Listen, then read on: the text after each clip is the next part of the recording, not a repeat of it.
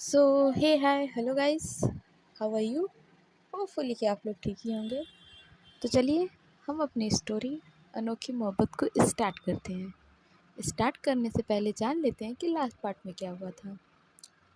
तो last part में जो हमारी आर्य होती है उसने सिद्धि को सारी बातें बता दी होती है और सब कुछ समझा दिया होता है, जिस पर कि सिद्धि भी मान जाती है।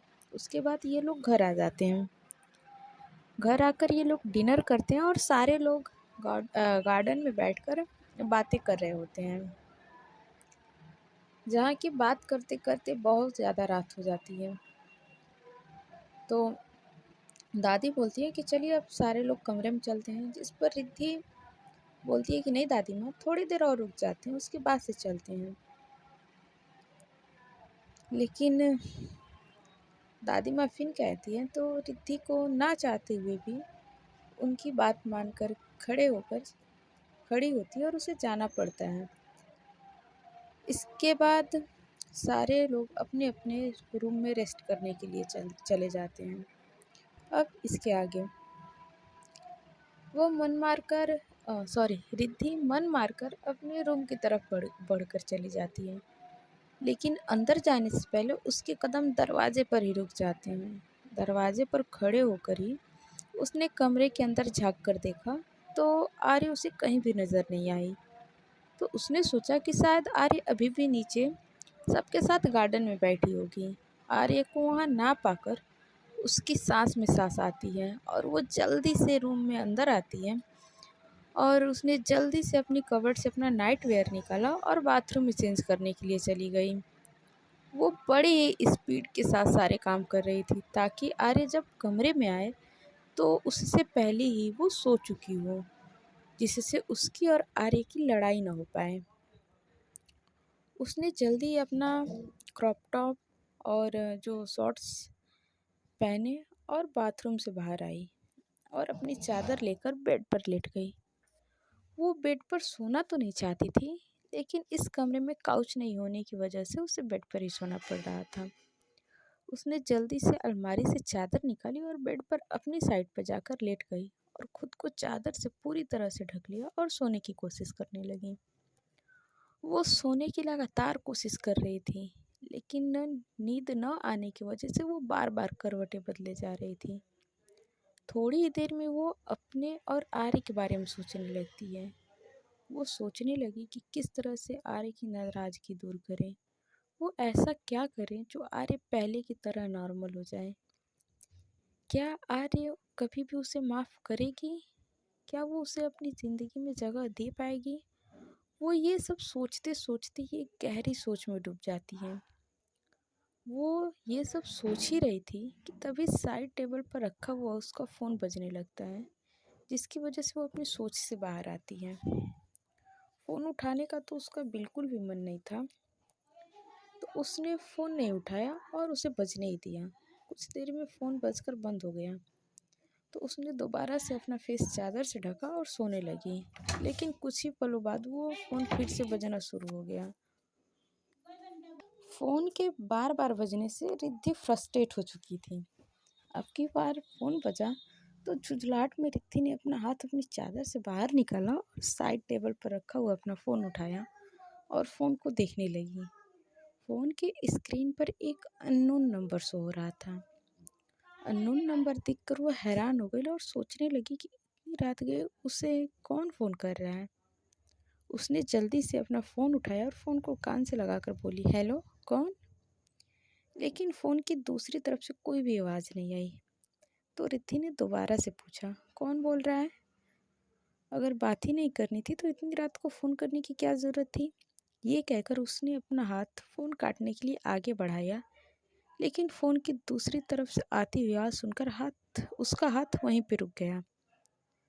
फ़ोन की दूसरी तरफ से कोई बोल रहा था, hi my sweetheart, how are you, will you miss me? Phone पर से दूसरी तरफ से आती हुई आवाज़ को सुनते ही रिद्धि का गुस्सा 7वें आसमान पर पहुंच गया। रिद्धि गुस्से में लगभग चिल्लाते हुए बोलती है, कुणाल, तुम्हारी हिम्मत कैसे हुई मुझे फ़ोन करने की? रिद्धि की गुस्से से भरी आवाज़ सुनकर कुणाल दोबारा से बोलता है, माय डियर रिद्धि, ओहो! रिद्धि इतना गुस्सा! काश मैं इस वक़्त तुम्हारे सामने होता और इतने गुस्से में तुम्हें देख सकता। तुम जानती नहीं हो कि गुस्से में तुम बेहद हसीन लगती हो और दिल करता है कि तुम्हारे साथ इस खूबसूरत से चेहरे को। रिद्धि उसकी पूरी बात सुनने से पहले ही बोलती है, शट अप यू बास्टर्ड। अपनी ये घटिया बातें तुम अपने तक ही रखो तो बेहतर होगा। जो कुछ भी तुमने मेरे साथ किया है वो सब करके भी तुम्हारा मन नहीं भरा, जो तुम मुझे फ़ोन करके परेशान कर रहे हो। जिस पर कुणाल बोलता है, ओ माय बेबी, कितना गुस्सा! अभी तो मैंने तुम्हारे साथ कुछ किया ही नहीं है तो इतना गुस्सा कर रही हो। तो सोचो, जो मैंने तुम्हारे लिए सोच रखा है, अगर वो सब मैंने तुम्हारे साथ की कर दिया तो तुम तो मेरी जान ही ले लोगी। इस पे रिद्धि बोलती है, कुणाल प्लीज़ बख्श दो मुझे। मुझे तुम्हारी कोई भी बात नहीं सुननी है। देखो कुणाल, तुमने आर्य के खिलाफ मेरा इस्तेमाल करके अच्छा नहीं किया, लेकिन फिर भी अब तक तुम्हें किसी ने कुछ नहीं कहा। अब मेरी ज़िंदगी से दूर रहो, क्योंकि अगर अब तुमने मेरी ज़िंदगी में ज़हर घोलने की कोशिश की तो मैं तुम्हें छोड़ूंगी नहीं। सुना तुमने? जिस पर कुणाल कहता है, ओफो स्वीटहार्ट, तुम ये कैसी बेकार की बातें लेकर बैठ गई। मैंने तो तुमसे अच्छी अच्छी बातें करने के लिए फ़ोन किया था। रिद्धि बोलती है, लेकिन मुझे तुमसे किसी तरह से कोई भी बात नहीं करनी है। तुमने अपनी यही बकवास करने के लिए मुझे फ़ोन किया है। कुणाल बोलता है, अरे नहीं, वो तो बस मुझे तुम्हारी याद आ रही थी तो सोचा क्यों ना तुमसे बात कर लूँ। तुम भी ना मुझसे नाराज़ होकर उस आर्य के पास चली गई, जबकि तुम अच्छे से जानती हो कि वो तो तुमसे प्यार भी नहीं करती। प्यार तो क्या, वो तो तुम्हारी शक्ल भी नहीं देखना चाहती। मेरी बात मानो रिद्धि, मेरे पास आ जाओ। तुम्हारी कसम खा के कहता हूँ, जो तुम चाहोगी वो तुम्हें मिलेगा। कभी भी तुम्हें किसी भी चीज़ की कोई कमी महसूस नहीं होगी। वो तुम्हें आखिर दे ही क्या रही है, जो तुम अब तक उसके पास रुकी हुई हो। उसके पास रहकर तुम्हारे सिवाय जिल्लत भरी ज़िंदगी के और कुछ भी हासिल नहीं होगा। और अगर मेरे पास रहोगी तो ज़िंदगी में असली मज़े मिलेंगे तुम्हें। उसकी ये सारी बातें सुनकर रिद्धि पूरे गुस्से से भर जाती है और बोलती है, मेरे और आर्य के बीच में क्या है क्या नहीं है ये तुम्हें बताने की और उसके बारे में सोचने की कोई ज़रूरत नहीं है। और अपनी ये घटिया बातें जाकर उसको सुनाना जो सुनना चाहता हो। मुझसे ये घटिया बकवास करने की कोई ज़रूरत नहीं है, क्योंकि मुझे तुम्हारी इन सब बातों में कोई इंटरेस्ट नहीं है। और आगे से मुझे फ़ोन करने की भी गलती मत करना, समझे तुम? इतना कहकर रिद्धि के हाथ जैसे ही फ़ोन काटने के लिए आगे बढ़ते हैं, वैसे ही कुणाल की बात सुनकर उसके हाथ फिर से वहीं पे रुक जाते हैं। कुणाल बोलता है, नो नो स्वीटहार्ट, ये गलती करने की कोशिश भी गलती से मत करना, क्योंकि अगर तुमने मेरा फ़ोन काट दिया तो इस सब में सबसे ज़्यादा नुकसान तुम्हारा ही होगा। इस पर रिद्धि झुठलाते हुए बोलती है, क्यों कुणाल, क्यों तुम मेरे साथ ऐसा कर रहे हो? अब तुम्हें मुझसे क्या चाहिए? प्लीज़ मेरा पीछा छोड़ दो। तुम सब कुछ तो मुझसे छीन चुके हो, अब मेरे पास ऐसा कुछ भी नहीं बचा जिससे तुम छीन सकते हो। इसलिए अब मेरा पीछा छोड़ दो, बख्श दो मुझे, चैन से जीने दो मुझे। कुणाल बोलता है, ऐसा कैसे तुम्हारा पीछा छोड़ दो स्वीटहार्ट? इस पे रिद्धि बोलती है, साफ साफ बताओ कुणाल, तुम्हें मुझसे चाहिए क्या? ये सुनकर कुणाल बोलता है, बदला स्वीटहार्ट, बदला। बदला लेना चाहता हूँ मैं तुमसे और तुम्हारे उस सो कॉल्ड वाइफ से। तुम दोनों को बर्बाद कर देना चाहता हूँ मैं, जो कि मैं करके ही रहूँगा। तुम्हारी पत्नी आर्य कपूर, बहुत घमंड है ना उसे खुद पर। अगर मैंने उसका ये घमंड मिट्टी में नहीं मिलाया तो मेरा नाम भी कुणाल खन्ना नहीं। उसकी वजह से तुम मुझसे दूर चली गई, जिसकी कीमत तो उसे चुकानी ही पड़ेगी, जो वो अपनी जान देकर चुकाएगी। और तुम्हारी वजह से वो प्रोजेक्ट हमें नहीं मिला, इसकी कीमत वैसे तो तुम चुका चुकी हो अपनी ज़िंदगी की बर्बादी से। लेकिन फिर भी अभी तो बहुत कुछ है जिसका बदला मुझे लेना है, तो तैयार है ना? इतना कहकर कुणाल ने फ़ोन कट कर दिया और कुणाल की ये धमकी सुनकर रिद्धि की रूह तक काँप गई थी। काफ़ी देर तक रिद्धि अपने हाथ में फ़ोन लेकर उसे घूरती रहती है। बुरे बुरे ख्याल उसके दिमाग में आने लगे थे। अब तक कुणाल और जूही ने उन दोनों के साथ जो किया था वो सब उसके सामने किसी पिक्चर की तरह चलने लगा। वो सोचने लगी कि क्या होगा अगर कुणाल ने आर्य को कुछ कर दिया तो? अगर कुणाल ने आर्य की जान ले ली या उसके परिवार में से किसी सदस्य के साथ कुछ भी गलत कर दिया तो क्या होगा? कैसे वो आर्य को ये सब बताएगी? क्या आर्य उस पर विश्वास करेगी? वो तो उसकी बात भी सुनना नहीं चाहती है। ये सोच सोच कर ही उसका दिल बहुत ज़्यादा घबराने लगता है। उसके हाथ पैर कांपने लगते हैं। घबराहट के मारे उसके माथे पर पसीना आने लगता है और उसका गला सूखने लगता है। उसने अपने साइड टेबल पर देखा तो वहाँ पानी का जग खाली था। वो अपनी हिम्मत जुटाकर खड़ी हुई और किचन की तरफ पानी लेने के लिए चली गई। उसने ऊपर से देखा कि नीचे हॉल में कोई नहीं था। सब अपने अपने कमरों में जाकर सो चुके थे। वो जल्दी से सीढ़ियों से उतरकर किचन की तरफ जाती है और किचन में जाकर उसने जल्दी से फ्रिज खोला और पानी की बोतल निकाली। पानी की बोतल को अपने मुंह से लगाकर वो जल्दी जल्दी पानी पीने लगती है, जिसकी वजह से आधा पानी तो उसकी गर्दन से होते हुए उसके कपड़ों पर जा रहा था।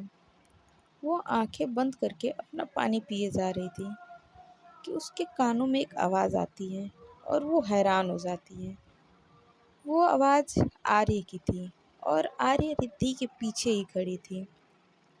आर्य बोलती है, मिसेस कपूर, तुम इतनी रात को यहाँ क्या कर रही हो? आर्य ने रिद्धि की कमर में अपने हाथ लपेटकर उसके कंधे पर अपनी चिन को रखते हुए धीरे से उसके कानों में कहा। आर्य के बोलने के अंदाज से रिद्धि को ये तो पता लग चुका था कि आर्य ने कुछ ज़्यादा ही ड्रिंक कर ली है।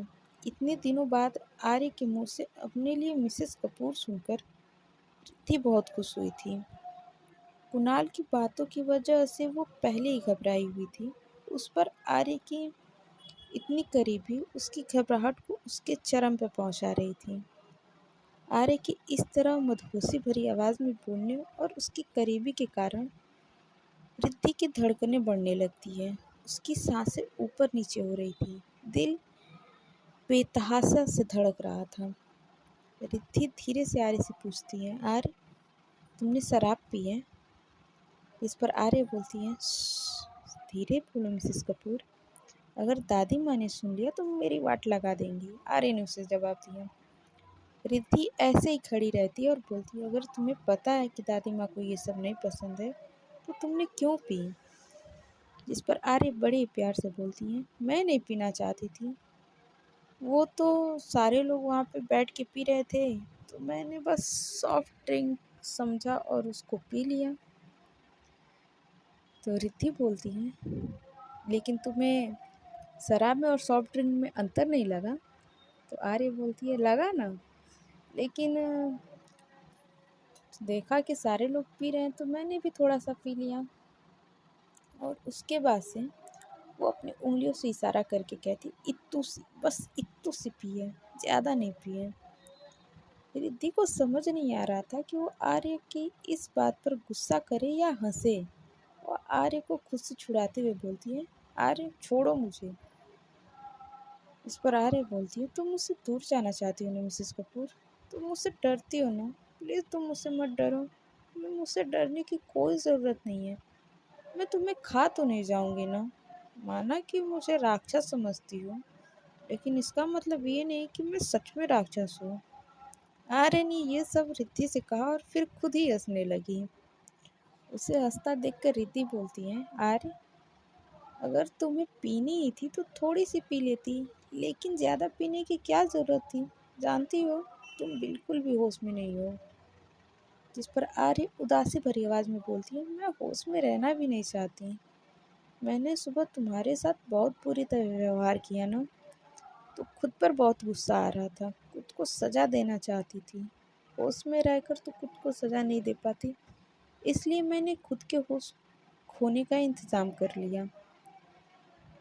ये सुनकर रिद्धि आर्य की तरफ मुड़ती और उससे बोलती है, जब इतना बुरा लगता है तो तुम उस पर इतना गुस्सा करती ही क्यों हो आर्य? आर्य उसकी ये बात सुनकर खामोश रह जाती है। उसकी बात का कोई जवाब नहीं देती और फिर बोलती है, तुमने बहुत ज़्यादा पी लिया, चलो बेडरूम में चलो, चलकर बात करते हैं। बेडरूम का नाम सुनकर आर्य की आंखों में चमक आ जाती है और चेहरे पर मुस्कुराहट। वो बच्चों की तरह बातें करते हुए रिद्धि से बोलती है, बेडरूम? ओहो मिसेस कपूर, तो तुम मुझे बेडरूम में ले जाना चाहती हो, लेकिन ये तो बताओ कि हम दोनों बेडरूम में क्या करेंगे। रिद्धि जानती थी कि आर्य अभी होश में नहीं है, लेकिन फिर भी उसके मुंह से ऐसी बातें सुनकर उसकी आंखें हैरानी से फैल जाती और वो उसे घूर कर देखने लगती हैं। खुद को यूं घूरता पाकर आर्य ने उसके दोनों गालों को अपने हाथों से पकड़ लिया और उसे खींच कर बोली, मिसेस कपूर, जब भी तुम मुझे इस तरह घूर कर देखती हो ना, तो मेरा दिल करता है कि मैं तुम्हें खा जाऊं। तुम सच में बहुत खूबसूरत हो मिसेस कपूर। तुम्हारे गाल इतने सॉफ्ट हैं कि दिल करता है कि बस इन्हें चूमती रहूं। ये कहकर वो झट से आर्य के चिक्स पर एक किस कर देती है। रिद्धि आर्य के दोनों हाथों को पकड़ते हुए बोलती है, आर्य ये क्या था, चलो रूम में चलते हैं, बहुत रात हो गई है, अब हमें सो जाना चाहिए।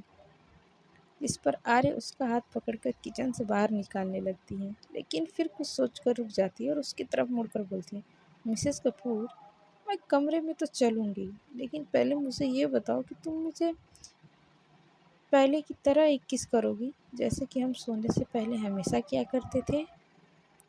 रिद्धि हैरान होकर उसे बोलती है, अरे तुमने सच में बहुत शराब पी ली है, या तुम मुझे बेवकूफ़ बना रही हो। इस पर आर्य बच्चों की तरह जिद करते हुए बोलती है, ओहो मिसेस कपूर, आपके सवाल बाद में पूछना, पहले मेरे सवालों का जवाब दो। रिद्धि बोलती है, नहीं, जो तुम ये बेकार की जिद कर रही हो ना, वो मैं बिल्कुल भी नहीं करूँगी।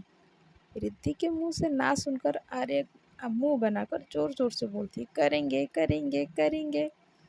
आर्य के इस तरह से जोर से बोलने पर रिद्धि घबरा जाती है और जल्दी से आगे बढ़कर उसके मुंह पर हाथ रख के बोलती है, पागल हो गई हो क्या यार, सब लोग सो रहे हैं, सबको जगा कर मानोगी क्या, क्या चाहती हो कि दादी माँ तुम्हारी आवाज़ सुनकर यहाँ आए और तुम्हारी क्लास ले। आर्य ने अपने मुंह से उसका हाथ हटाया और बोली, तुम मेरी बात मान लो, फिर मैं तुम्हारी बात मान लूँगी।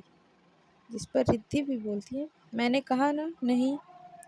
आर्य उसकी ना सुनकर किचन के स्लीप पर बैठते हुए बोलती है, ठीक है, अगर तुम मेरी बात नहीं मानोगी तो मुझे भी बेडरूम में नहीं जाना है। मैं सारी रात यहाँ बैठी रहूँगी, और जब कोई मुझे यहाँ बैठा हुआ देखेगा तो मैं उसे बता दूँगी कि तुम्हारी वजह से बेडरूम में नहीं गई। आर्य की बात सुनकर रिद्धि हैरान हो जाती है और अपने मन में बोलती है, आर्य तुम सच में खड़ूस हो, इतने नशे भी में भी अपना हुक्म चलाने से बाज नहीं आ रही हो। फिर उससे रिक्वेस्ट करते हुए बोलती है, आर्य प्लीज़, मुझे सच में बहुत नींद आ रही है, प्लीज़ मेरी बात मान लो, अब चलो, मतलब मेरा मतलब रूम में चलो।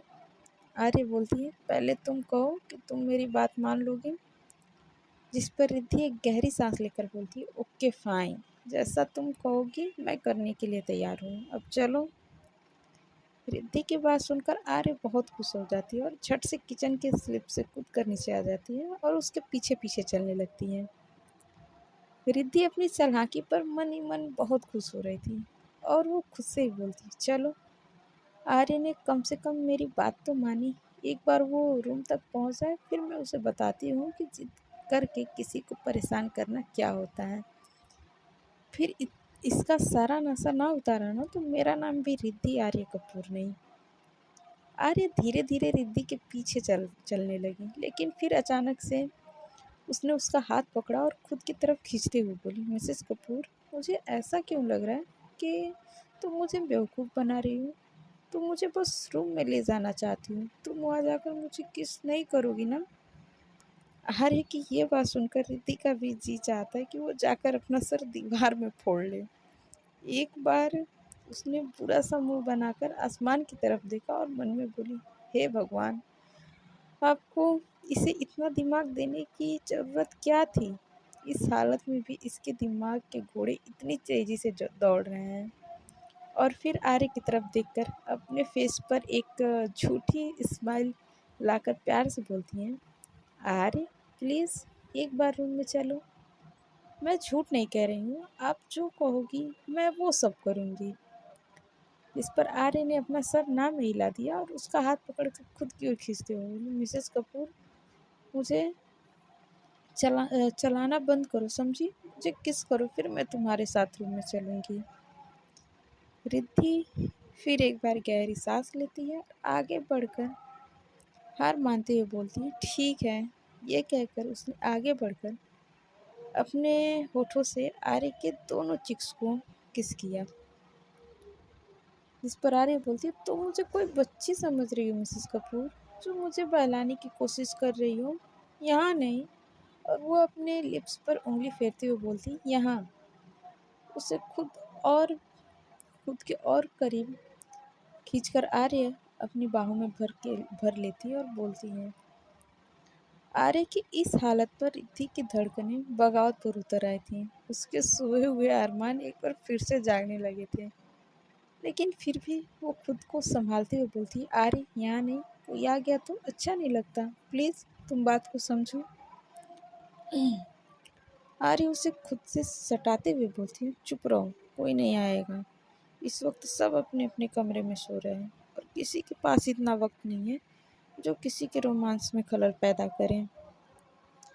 रिद्धि की कोई भी दलील अब काम नहीं कर रही थी। उसे कुछ भी समझ में नहीं आ रहा था कि वो क्या करे। उसने हार मानकर आर्य के गले में अपनी बाहें डाल दी और अपने पैर के पंजों के बल खड़े होकर अपने लिप्स से उसने आर्य के लिप्स से जोड़ लिया। कितने दिनों बाद वो दोनों इस एहसास को जी रहे थे। रिद्धि के पूरी बॉडी में सेंसेशन सी हो रही थी। उसके हाथों का घेरा आर्य की गर्दन पर और कसता जा रहा था और वहीं आर्य की पकड़ भी उसकी कमर पर कसती जा रही थी। सो फ्रेंड्स, आज के पार्ट में बस इतना ही। मिलते हैं नेक्स्ट पार्ट में और जानते हैं कि आने वाले पार्ट में क्या होता है। तब तक के लिए बाय बाय, टाटा, टेक केयर। आप लोग अपना ख्याल रखिए।